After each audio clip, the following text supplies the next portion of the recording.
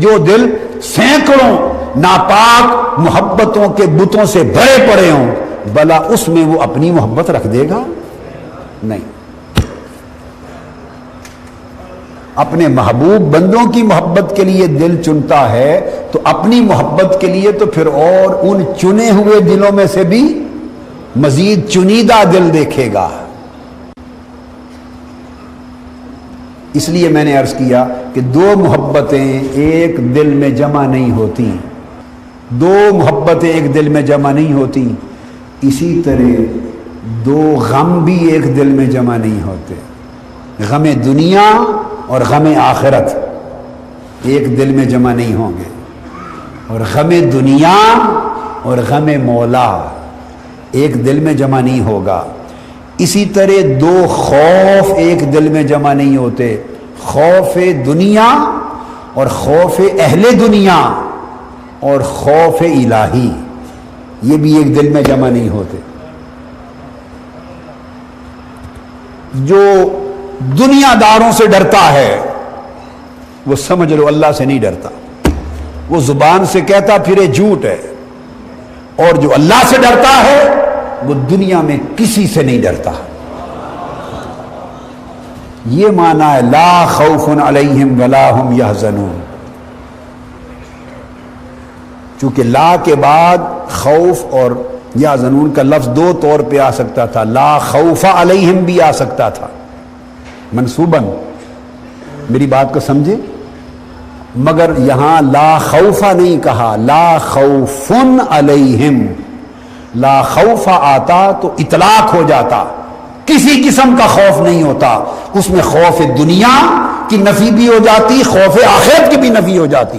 فرمایا لا خوف، ایک قسم کا خوف نہیں ہوتا، دوسری قسم کا خوف ہوتا ہے، یعنی دنیا کا خوف نہیں ہوتا، ان سے محفوظ کر دیا جاتا ہے اور اس کا اپنا خوف ڈال دیا جاتا ہے۔ دنیا کا غم ان سے چھین لیا جاتا ہے، نقصان بھی ہو جائے۔ وَلَنَبْلُوَنَّكُمْ بِشَيْءٍ مِّنَ الْخَوْفِ وَالْجُوعِ وَنَقْصٍ مِّنَ الْأَمْوَالِ وَالْأَنفُسِ وَالثَّمَرَاتِ، آزمایا جاتا ہے، محبت ڈالنے سے پہلے آزمایا جاتا ہے۔ وَلَنَبْلُوَنَّكُمْ، پہلے تو خوف ہی سے آزمایا جاتا ہے، بھوک سے آزمایا جاتا ہے، نفع نقصان سے آزمایا جاتا ہے، ثمرات چھین کر آزمایا جاتا ہے، مال دے کر آزمایا جاتا ہے، مال لے کر واپس آزمایا جاتا ہے۔ اور سیدنا فاروق اعظم رضی اللہ تعالیٰ عنہ نے فرمایا کہ جب مال نہ ملا تھا، مال کی کثرت نہ تھی، تنگ دستی تھی، ہم صبر میں آزمائے گئے، کامیاب ہو گئے۔ جب غنا آ گیا، مال کی کثرت آ گئی، آزمائے گئے تو ناکام ہو گئے۔ یہ لوگوں کی بات کہہ رہے ہیں، لوگوں کی بات بتا رہے ہیں۔ کچھ لوگ تنگ دستی میں ناکام ہو جاتے ہیں، کچھ لوگ فراخ دستی میں ناکام ہوتے ہیں۔ تنگ دستی کی ناکامی کہ صبر کا دامن چھوڑ بیٹھتے ہیں، اور خوشحالی اور فراخ دستی کی ناکامی کے شکر کا دامن چھوڑ بیٹھتے ہیں۔ یہ دھیان نہیں رہتا کہ کس نے دیا ہے، بس وہ سمجھتا ہے میرے ہنر سے میں نے کمایا ہے۔ تو اللہ رب العزت وَلَنَبْلُوَنَّكُمْ یہ چناؤ کے لیے ہے، چنتا ہے کہ کیسا ہے، کیسا ہے، اور پھر اگر اچھا پا لے، سارے ٹیسٹ ہو جائیں اور ہر ٹیسٹ میں، ہر ایگزام میں، ہر امتحان میں دل کامیاب ہو جائے، ثابت قدم رہے، صحرا میں اڑنے پھرنے والے پتے کی طرح نہ رہے، جو حرص و ہوس دنیا کی آندھیوں میں کبھی اڑ کے ادھر جاتا ہے، کبھی اڑ کے ادھر جاتا ہے، ان پتوں کی طرح نہ رہے، ثابت رہے، جمع رہے دل اس کی محبت پر، اللہ کے خوف پر، اس کے غم پر، اللہ کی طلب پر، اس کے تقویٰ پر، اس کے توکل پر، اس کی رضا پر، اس کی تخلیص پر، اس کی عطا پر، اس کی رحمت پر، اس کی قربت پر، اور اللہ کی طرف تکنے اور اللہ پر جو دل جمع رہے، پھر وہ کہتا ہے میری محبت، اس کا دل ایسی سیج ہے، جاؤ اس پر سو جاؤ، اس کے دل کی دلہن بن جا، اس کے دل میں جم جا، اس لیے کہ یہ وہ دل ہے، اس نے ہر محبت اپنے اندر سے نکال دی ہے، ہر غم نکال دیا ہے، ہر طلب نکال دی ہے، ہر رغبت نکال دی ہے، ہر حرص نکال دیا ہے۔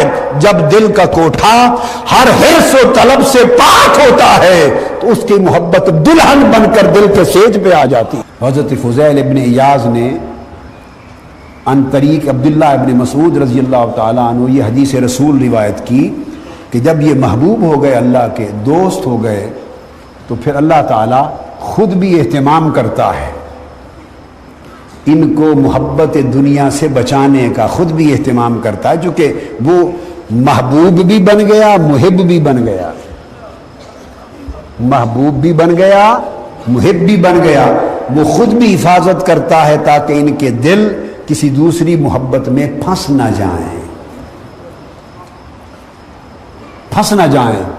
تو کیسا اہتمام کرتا ہے؟ حدیث فرماتا ہے یا دنیا مری علی اولیائی، اللہ فرماتا ہے اور یہ فرماتا رہتا ہے دنیا کو، اے دنیا خبردار سن لے، میرے اولیاء کے اوپر کڑوی بن کے رہ، اے دنیا جو میرے ہو گئے ہیں ان کے لیے کڑوی بن کے رہ، ولا تحلو لی لہم، اور ان کے لیے بہت میٹھی نہ بن۔ ہائے ہائے، یہ پہلی حدیث تھی، میرے اولیاء کے لیے کڑوی بن کے رہ، ان کے لیے بہت میٹھی نہ بن، بڑی شیریں نہ بن۔ ولا تحلو لی لہم، ان کے لیے بہت میٹھی نہ بن جا۔ اگر تو میرے اولیاء کے لیے ہماتن ہر وقت ہمیشہ بڑی میٹھی بن گئی تو فتفتنیہم، کہیں ایسا نہ ہو کہ ان کے دل تجھ میں مبتلا ہو جائے، تیرے فتنے میں مبتلا نہ ہو جائیں۔ اور میں نہیں چاہتا، انہیں مجھ سے محبت ہے، مجھے ان سے محبت ہے، میں نہیں چاہتا کہ وہ تیرے فتنے میں الجھ جائیں، بس وہ میرے رہیں، میں ان کا رہوں۔ کوئی چیز اس کائنات میں اس وقت ایسی موجود نہیں جو من و ان لفظ و حرف کے اعتبار سے اور اپنی کامل ترتیب و ترکیب کے اعتبار سے اسی شکل میں ہو جیسے زبان مصطفیٰ سے نکلی تھی۔ میری بات آپ سمجھیں؟ کوئی شے دنیا میں نہیں ہے سوائے دو چیزوں کے، ایک قرآن اور ایک حدیث۔ قرآن کی حفاظت اللہ نے کی خود، اور حدیث کی حفاظت کا اہتمام اللہ رب العزت نے حضور کی امت کے ائمہ کے ذریعے کرایا۔ انا نحن نزلنا الذکر وَإِنَّا لَهُ لَحَافِظُونَ۔ اب اس کی حفاظت ہو گئی۔ اب آپ ذرا سوچئے، آپ چاہیں کہ کوئی ایسی چیز ملے کہ آقا علیہ السلام کے، اب آقا علیہ السلام کے لب مبارک تو آپ دیکھ نہیں سکتے، آواز مبارک تو آپ سن نہیں سکتے، میری بات سن رہے ہیں؟ ظاہراً صحابہ کرام کی طرح اس مجلس میں تو آپ بیٹھ نہیں سکتے، چہرہ انور اس شان کے ساتھ تو آپ تک نہیں سکتے، سوائے اس خوش نصیب کے کہ جسے خواب میں جلوہ نصیب ہو، یا اس خوش نصیب کے کہ جو بڑے کم کہ جسے حالت بیداری میں کچہری نصیب ہو جائے۔ یہ تو انقا چیزیں ہیں، اقل چیزیں ہیں، لہذا کوئی خوش نصیبی وہ دستیاب نہیں ہے کہ آقا علیہ السلام کے چہرے انور کو آپ ان آنکھوں سے تک سکیں، آواز مبارک کو ان کانوں سے سن سکیں، کوئی چیز جس کو آقا علیہ السلام نے چھوا تھا اسی حیات میں وہ پڑی ہو آپ ہاتھ میں لے سکیں، کوئی چیز جو آقا علیہ السلام نے دی تھی اسی حیات میں موجود ہو کہ آپ اس کو لے سکیں۔ ہاں ایک قرآن ہے، ایک لفظ اور ایک حرف کے بھی فرق کے بغیر قرآن مجید کے کلمات، قرآن مجید کی آیات، اس کے الفاظ، اس کے حروف، ایک ایک حرف و لفظ وہی ہے جو زبان مصطفیٰ سے نکلا تھا، اور کتنی خوش نصیب ہے امت محمدی کہ جس طرح حضور نے پڑھا اسی طرح آج آپ کے پاس قرآن کی شکل میں ہے. آج جب پڑھتے ہیں الف لام میم ذالک الکتاب لا ریب فیہ، تو خدا کی قسم یہ وہی کلمات اسی ترتیب و ترکیب سے پڑھتے ہیں جیسے مصطفیٰ نے پڑھے تھے. تو آپ گویا تلاوت قرآن کر کے مصطفیٰ کریم کے پڑھے ہوئے کی نقل کر رہے ہیں. اولیاء اللہ جیسا اعمال صالحہ میں کمر بستہ کوئی نہ تھا.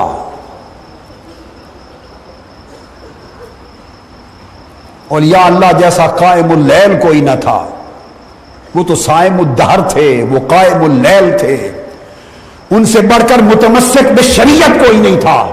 احکام شریعت کی پابندی کرنا یہی عین تصوف. اولیاء اللہ ہمارے ہاں جس مقام و مرتبہ پہ پہنچے وہ بڑی کثرت سے نماز پڑھتے تھے، روزے بڑی کثرت سے رکھتے، عبادات میں سب سے آگے بڑھے ہوئے تھے، اعمال صالحہ میں، خیرات میں، حسنات میں، نیکیوں میں، طاعات میں، تقوی میں سب سے آگے بڑھے ہوئے تھے. شب بیداریوں میں، عبادت گزاریوں میں سب سے آگے بڑھے ہوئے تھے. ارے یہی تو شعار اولیاء تھا، یہ عمل ان کی زندگی میں تھے. مگر ان چیزوں نے محض ان کو ابدال کتب اور ہوش نہیں بنایا. محض ان چیزوں کے سبب وہ ان رتبوں پر نہیں پہنچے جن پر پہنچے تھے. تو فرمایا کس ذریعے سے پہنچے؟ یہ اعمال مددگار ہوئے، یہ اعمال مددگار ہوئے. مگر اصل سبب ان کو بلند مراتب تک پہنچانے کا فرمایا انما ادرک بسخاء الانفس وسلامت الصدر والنصح للامہ. فرمایا تین چیزیں ایسی تھیں اولیاء میں، غوثوں میں، کتبوں میں، نجبا میں، نقبا میں، ابدالوں میں، اولیاء میں، اخیار میں، صالحین میں، اہل اللہ میں. تین چیزیں ایسی تھیں کہ بڑے سے بڑے بلند رتبوں پر انہوں نے پہنچایا.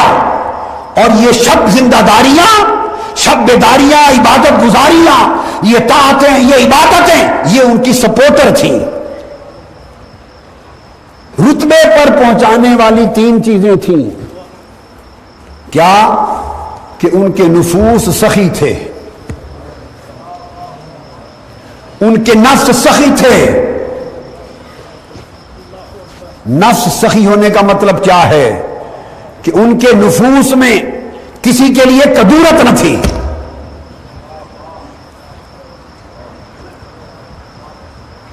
ان کے نفوس میں کسی کے لیے کدورت نہ تھی. سخاء الانفس، اگر نہ ملا تب بھی غم نہیں کرتے تھے. بھوک اور فقر اور فاقہ آ گیا تب بھی پریشان نہیں ہوتے تھے، صابر و شاکر رہتے. اور دوسرا سبب وسلامت الصدر، اور ان کے دل، سینے، ان کی سلامتی،